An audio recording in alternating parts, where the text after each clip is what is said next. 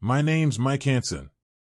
I've been with the Search and Rescue Unit for going on 15 years now, and in that time, I've seen some things that'll stick with me for the rest of my life. People lost in the wilderness for weeks, clinging to life, others not so lucky. But there was one case, just one, that still haunts me to this day. It started like any other call, routine, nothing we hadn't handled before. Rob Jenkins, an experienced skydiver, went missing after what should have been a regular jump over the Pacific. He and his buddies were doing a celebratory leap for someone's birthday, standard stuff. But something went wrong. A sudden, freak wind gust threw Rob off course, sending him and his chute far from the drop zone. At first, it didn't seem like a big deal. Rob had all the survival training, the instincts. We figured it'd just be a matter of tracking him down. But as the hours stretched into days, and then a full week, things started to feel different. Grim. Search and rescue, by nature, is a waiting game, and it wears you down. But this time, it was like there was something else in the air. Every day we went out looking, combing the area around the remote islands where we thought Rob had gone down. I couldn't shake the feeling that we weren't just searching for a lost man, we were searching for something else entirely. Something wrong. The weather had been brutal too. It was supposed to be the dry season, but every day we were met with gray skies and sudden downpours that made the air thick and oppressive. It felt like the island was pushing us away, keeping us from finding Rob. I tried to write it off as superstition or nerves, but everyone in the crew was feeling it. Charlie, my partner, even joked that the place was cursed, though I could tell by his tone he wasn't really joking. Then, on day 12 of the search, we got a ping, a weak signal from Rob's emergency locator beacon. It was faint, almost too faint to register, but it was there. We all felt a rush of adrenaline. He was alive. At least, we hoped he was. The chopper ride out to the island where the signal had come from was tense. No one said much, and I could see the unease on everyone's faces. When we touched down, the first thing I noticed was the silence. No birds, no wind in the trees, just this unsettling, heavy quiet that pressed down on us. It was like the island itself was holding its breath. We grabbed our gear and started the hike toward the coordinates. It was rough terrain, thick jungle with vines that clung to your legs like they didn't want to let you go. The farther we walked, the more the air felt thick and humid, almost suffocating. My skin was prickling with a strange sense of dread I couldn't shake. After about an hour, we finally saw him. Rob Jenkins, sitting in the middle of a small clearing, his back against a tree, looking out into the distance like he'd just been enjoying the view. At first, I couldn't believe it was him. He looked too fine. Unharmed. Completely untouched by the elements. It was impossible. A man stranded for almost 2 weeks in the jungle should have been ragged, dehydrated, starving. But Rob? He looked like he'd just been dropped off there the day before. His clothes were clean, no rips or dirt, and his face, well, his face was what bothered me the most. It was blank, emotionless, like he wasn't even surprised to see us. We approached slowly, cautious but confused. I remember Charlie was the first to speak. "Rob? Rob Jenkins," he called out, but Rob didn't move, didn't even blink. I knelt down beside him, close enough to see the details. His eyes were glassy, far away, and that's when I noticed something strange.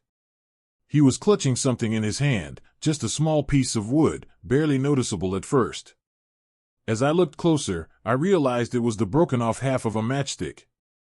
He was holding it so tight his knuckles were white, like it was the most precious thing in the world. "Rob, you okay, man?" I asked, trying to shake the weird feeling crawling up my spine. For a long moment, he didn't respond. Then, slowly, his head turned toward me, his eyes locking onto mine. There was something about his gaze, empty, hollow, like he was seeing through me rather than at me. It sent a chill straight through me, despite the oppressive heat. "I'm fine," he whispered, his voice raspy, like he hadn't spoken in days.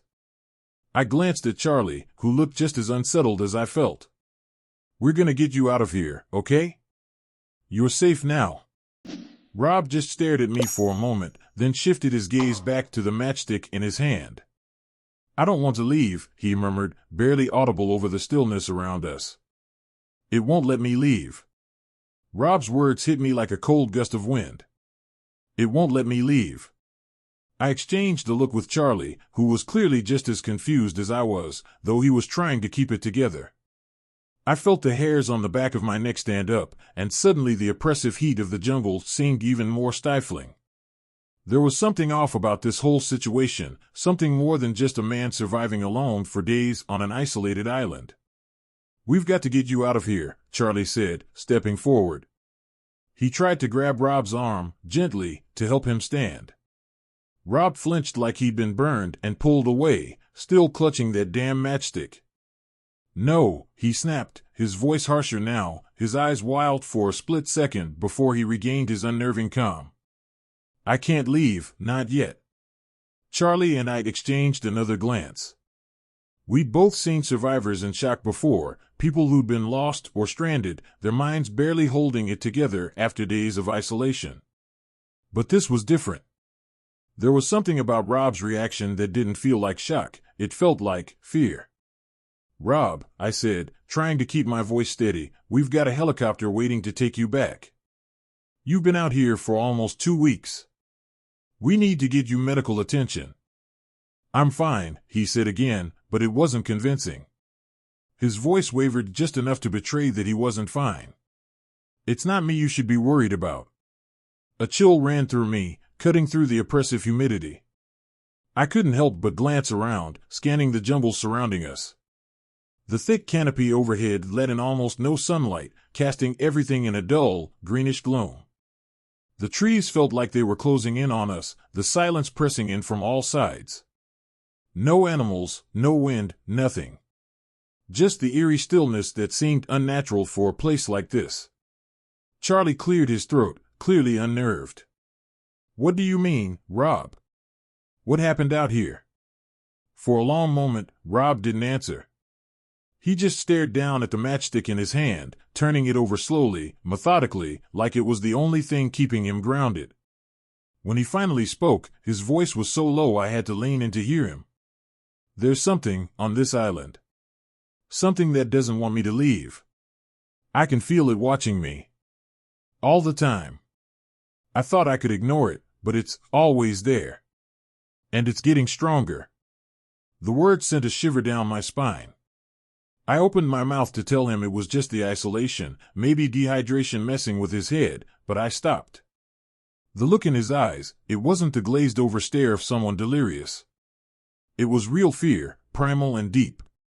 "What are you talking about?" Charlie asked, his voice low, as if he didn't want the jumble to hear him.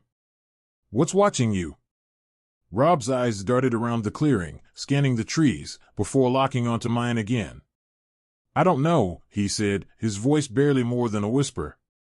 "But it's not human." Charlie let out a nervous laugh, trying to shake off the tension. "Come on, man. You've been out here too long. Let's get you back, and once we're out of here, everything will make more sense." But Rob didn't laugh. He didn't even smile. He just kept staring, his eyes wide, the terror in them all too real.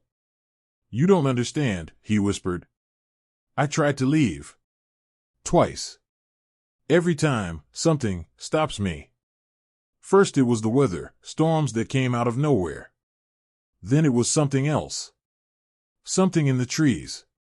A heavy silence followed his words, and for the first time, I realized just how unnaturally quiet it really was. There should have been birds, insects, something making noise in a jumble like this. But there was nothing. Just the suffocating stillness. "What do you mean, something in the trees?" I asked, my voice quieter than I intended. Rob's hand tightened around the matchstick, his knuckles turning white. "It's out there. I've seen it, but only when I don't look directly at it. It's like it hides in the corners of your eyes. But I know it's real. It's waiting." The fear in his voice was starting to get to me. Charlie and I had heard our share of strange survivor stories, but this was different. Something about the way Rob spoke, the way his eyes darted to the shadows, made my skin crawl. I tried to shake it off, but that growing sense of dread wasn't going anywhere. Charlie shifted uncomfortably beside me. Look, Rob, we're taking you home, whether you like it or not. We'll deal with all this once we're out of here. Before he could finish, a sudden rustling sound came from the trees behind us. All three of us froze, our eyes snapping toward the source of the noise. It was close. Too close. And then, from the corner of my eye, I saw it again. That shadow. Flickering between the trees. At first, I thought it was just my imagination, but then I saw it again, something tall, dark, moving through the dense foliage, just beyond the edge of my vision.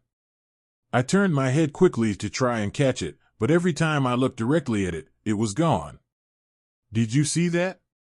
I whispered to Charlie, my heart racing. He nodded, his face pale. Yeah. I saw it. Before we could react, Rob let out a low, guttural sound, somewhere between a moan and a sob. He dropped to his knees, clutching his head in his hands. The matchstick fell to the ground beside him. It's coming, he muttered, rocking back and forth. It's coming. It won't let us leave. I reached down, grabbing his arm to pull him up, but his skin was ice cold to the touch. Rob, get up. We have to go. But he wouldn't budge. His eyes were wide, fixed on something just beyond the trees. His lips moved, but the words that came out didn't make sense. They weren't in English, not in any language I recognized. And yet, the sounds he was making, the strange, rhythmic chants, they sent a wave of cold dread through me. Charlie looked at me, his face a mask of panic. We need to go, now. I nodded, and we hauled Rob to his feet. He barely responded, his legs dragging as we half-carried, half-dragged him forward. The whispers grew louder, swirling around us, almost like they were coming from inside our own heads. The shadows in the trees seemed to move closer, shifting, changing, taking shape in the gloom. I kept my eyes fixed ahead, trying to focus on the thought of the helicopter, the safety it promised. But every few seconds, I caught glimpses of movement, dark shapes slipping through the trees, always just at the edge of my vision. The rational part of my brain screamed that it wasn't real, that it was just the shadows playing tricks, but the deeper part of me knew better. Suddenly, Rob went limp in our arms, his head lolling to one side. His eyes fluttered shut, and for a second, I thought he'd passed out. But then his mouth twitched, and in a voice that wasn't his own, too deep, too resonant, he spoke. It's here. The words hung in the air, and before I could even process them, the jumble erupted into chaos. A deafening screech split the air, coming from all around us. It was like nothing I'd ever heard before, part animal, part something else, something unnatural. The ground shook beneath us, and the trees around us seemed to ripple, like they were alive. Charlie let go of Rob, stumbling backward, his face pale with terror. What the hell is that? But I didn't have time to answer. Rob's body jerked violently, his eyes snapping open, wide and unseeing. He let out a low, guttural growl, and then he was on his feet, moving faster than I could have imagined. His movements were jerky, unnatural, like a puppet being yanked by invisible strings. I grabbed Charlie and pulled him back, just in time to avoid Rob's lunge. He wasn't the same Rob anymore. Something had taken him over, something that had been waiting, watching. His eyes glowed faintly in the dim light, and his mouth twisted into a grotesque grin. It's too late, he hissed, his voice no longer his own. You should never have come. We stumbled backward, the helicopter now nowhere in sight. The jungle had swallowed it, just like everything else.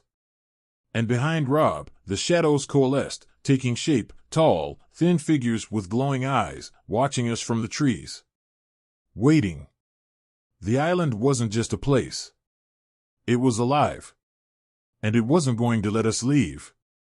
We moved fast, pushing through the jungle with Rob between us. The chopper wasn't far, but every step felt like it took an eternity. The weight of the air seemed to press down harder, like something was deliberately slowing us down, making it harder to breathe. I could feel the sweat pouring down my back, but it wasn't just from the heat. It was fear, pure, primal fear, clinging to me like the vines that snagged our legs. Rob wasn't saying much now, just mumbling to himself. His eyes were wide, unfocused, darting to the trees and back to that damn matchstick in his hand. He clutched it tighter, his fingers twitching as if holding onto it was the only thing keeping him grounded. It made no sense, but I couldn't shake the feeling that there was something more to that broken-off match than I realized. We all heard the whispering now, though no one wanted to acknowledge it. It drifted through the jungle like a cold breeze, soft, barely audible, but persistent. It was everywhere and nowhere at once, circling us, taunting us. Every now and then, I'd catch a word or a phrase, but it was always too jumbled to make sense. Still, the voices filled my head, scratching at the edges of my sanity. Charlie kept glancing at me, his face pale and tight with fear. He didn't need to say anything, I knew exactly what he was thinking. Something wasn't right here. Rob wasn't just a survivor who'd gone stir-crazy. There was more to this island than we'd bargained for. "We're close," Charlie muttered under his breath, as much to reassure himself as me. "The chopper's just up ahead." But I wasn't so sure. The jungle seemed thicker than it had been on our way in, the trees looming larger, the path winding in ways that didn't make sense. Every step felt like it was taking us deeper, rather than closer to the edge. And the whispering, it was louder now, closer. I could feel it, like cold fingers brushing the back of my neck. Rob stumbled, and we caught him before he hit the ground. His eyes rolled back for a second, and he gasped, clutching the matchstick so tightly I thought it would snap in half. "It's here," he wheezed, his voice barely audible. "It doesn't want me to leave." Charlie cursed under his breath, glancing nervously around. "Who's it, Rob? What the hell are you talking about?" Rob shook his head violently, his breathing ragged. "I don't know. But it's been watching me. Ever since I got here. It's always been here. And now, it knows you're here too." My heart skipped a beat. I wanted to brush it off as delusion, the result of days spent alone in the jungle, but deep down, I knew he wasn't lying. There was something in the air, something watching us. I hadn't seen it clearly yet, not really, but I could feel it. And I had no intention of sticking around to find out what it was. "We have to keep moving," I said, my voice sharper than I intended. "We're almost there." But just as I said it, a sharp crack echoed through the trees. We froze, turning toward the sound. It was close. Too close. And then, from the corner of my eye, I saw it again. That shadow. Flickering between the trees.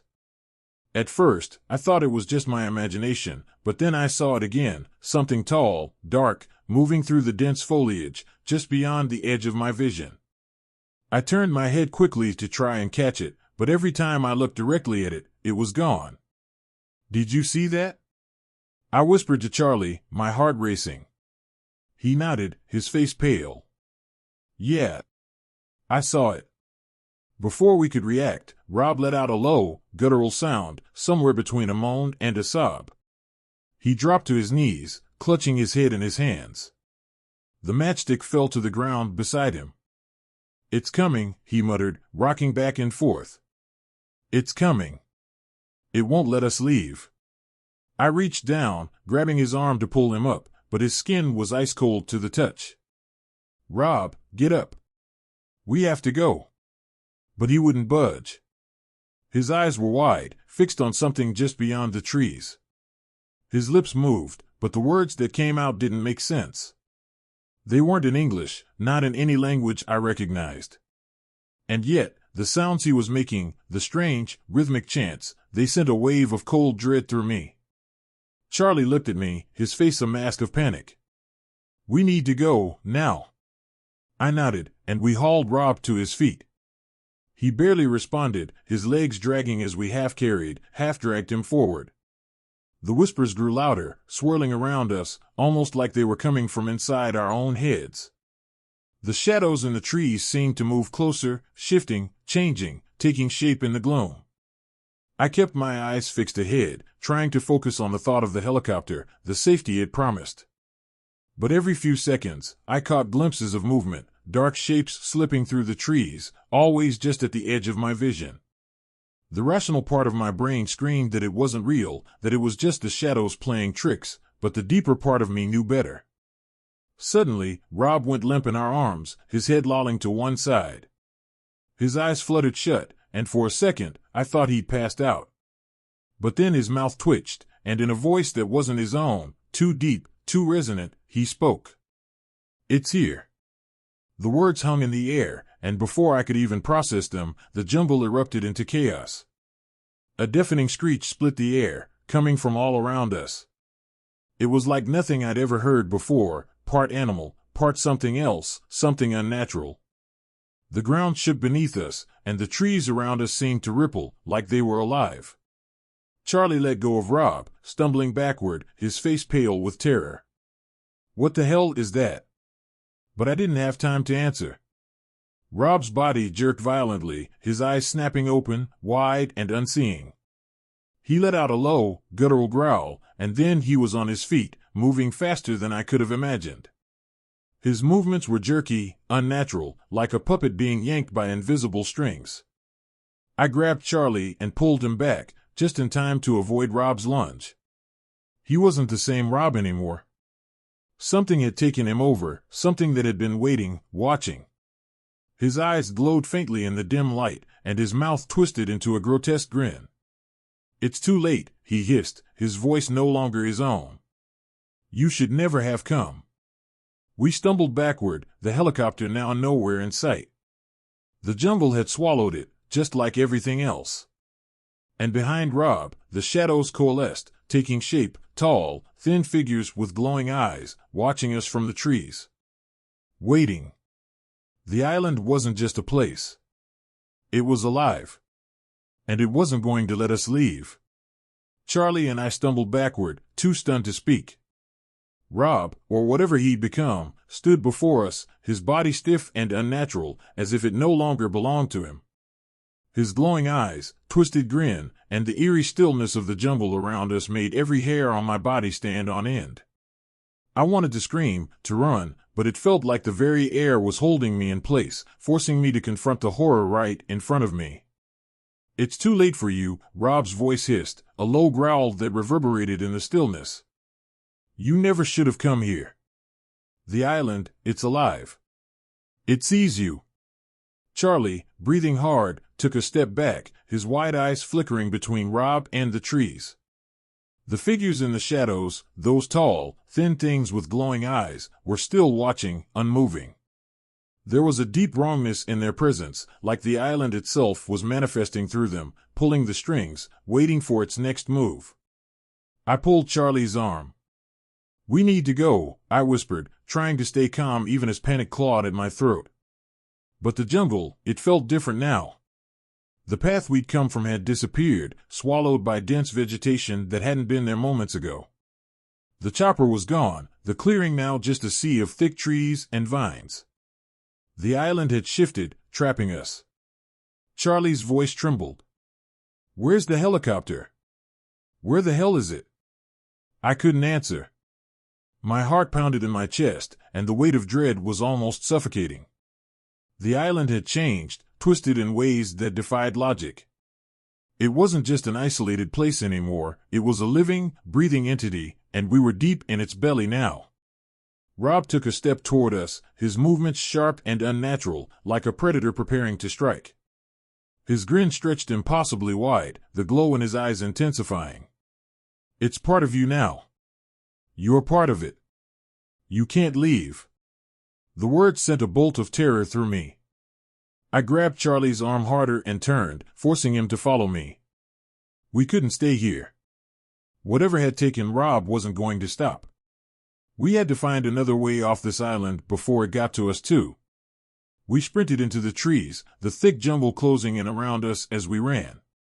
The whispers followed us, low, insistent voices that seemed to come from every direction, speaking in a language I couldn't understand, but that somehow made my skin crawl. The ground beneath us felt unsteady, like the earth itself was shifting with each step we took. Vines twisted up from the soil, brushing against our legs as if they were trying to trip us, pull us back into the heart of the island. Charlie's breathing was ragged, panic clear in every step he took. "What the hell is happening, Mike? This doesn't make sense." I didn't have an answer. I could only focus on running, pushing through the dense vegetation, my mind racing for a plan, a way out. The figures in the trees, those tall, dark shapes, were keeping pace with us, flickering just beyond the edge of my vision, never fully visible but always there. Watching. Waiting. The jungle seemed to stretch on forever. No matter how far we ran, the terrain stayed the same, thick trees, twisting vines, and that oppressive silence, broken only by the occasional whisper. It felt like the island was playing with us, like it was shifting and reshaping itself to keep us trapped. And then, without warning, Charlie stopped dead in his tracks, gasping for air. He doubled over, his hands on his knees, his whole body trembling. "Charlie, come on!" I shouted, grabbing his arm, but he wouldn't budge. I can't do this," he wheezed, looking up at me with wide, terrified eyes. "It's in my head, Mike. It's inside my head." I froze. His words sent a cold wave of fear through me, but before I could respond, I felt it too, a subtle, invasive presence, creeping into my mind like a shadow spreading across the corners of my thoughts. It was as if something was pressing against my skull, whispering, pushing, trying to take control. I gritted my teeth, forcing the feeling away. "We need to keep moving, Charlie. Whatever this thing is, we can't let it win." But Charlie didn't seem to hear me. His eyes glazed over, and he swayed on his feet like he was being pulled by invisible strings. His mouth opened, and in a voice that wasn't his own, just like Rob before him, he spoke. "You don't belong here." I grabbed him, shaking him hard. "Charlie, snap out of it." For a second, his eyes cleared, and he blinked at me, disoriented. "Mike? What's happening to me?" But before I could answer, there was movement in the trees, a sudden, sharp rustling that sent a jolt of terror through me.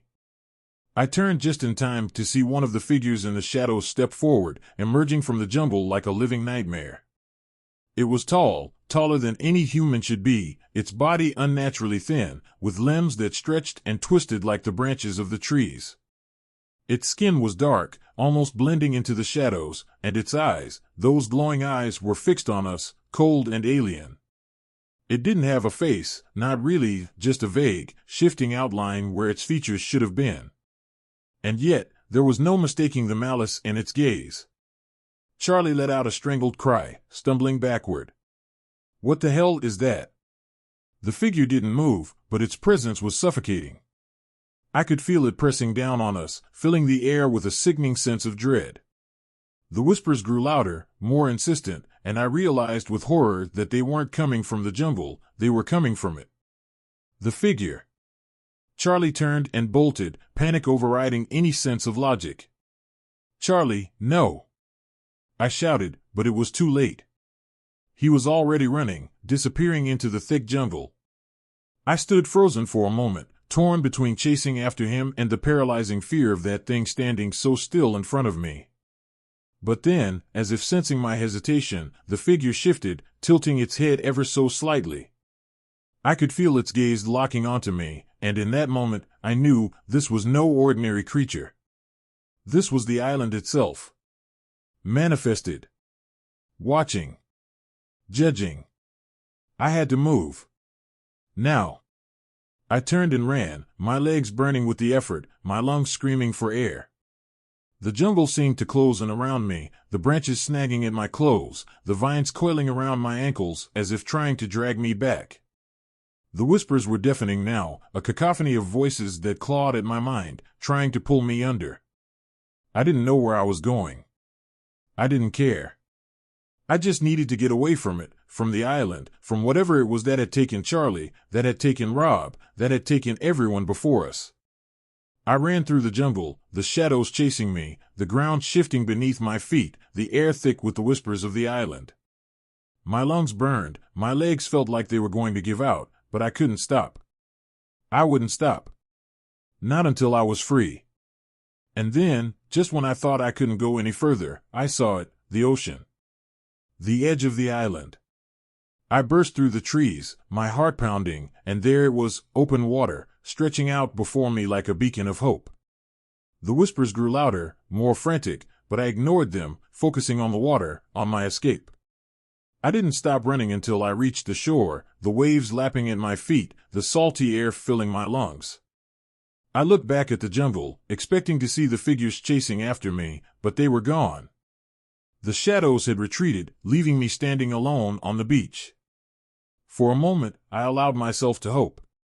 Maybe I'd made it. Maybe I'd escaped. But then, as I stared out at the water, I saw it. A boat.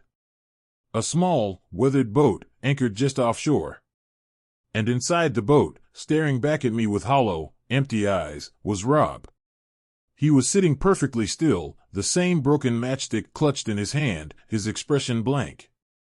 He hadn't aged, hadn't changed. It was as if time had frozen him in place, just like the island had frozen everyone else. My mind reeled with questions. How? Why?